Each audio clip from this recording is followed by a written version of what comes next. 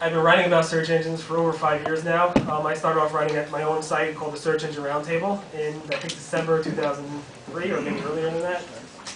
I currently write at Search Engine Land with Danny Sullivan. We started that in December 2006 after we left Search Engine Watch to start our own site around that time, which I've been writing there beforehand before that as the news editor.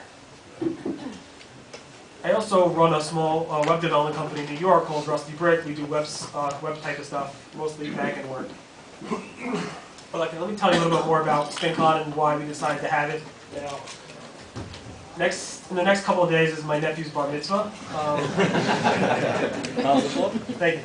I'm a big blogger. All I do is pretty much blog about anything that happens to me. I blog a little too much. My wife is a little bit, she's nervous about what I write sometimes. So I have a little policy, what I do write and what I don't write. But I pretty much blog about everything about my life. And one of the things I blogged about was my nephew's bar mitzvah and how I'm coming to Israel soon.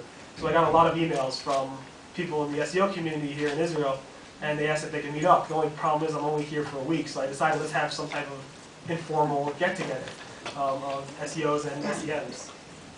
So I asked Danny if we could go ahead and, Danny Sullivan, if we could go ahead and set up some type of XMX event in Israel. And he said, sure, we just had to figure out a name.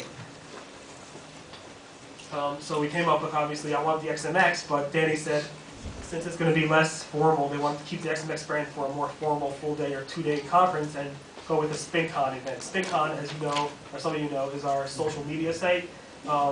It's basically a community for SEOs and SEMs to go ahead and post the content that they find most valuable in the search community.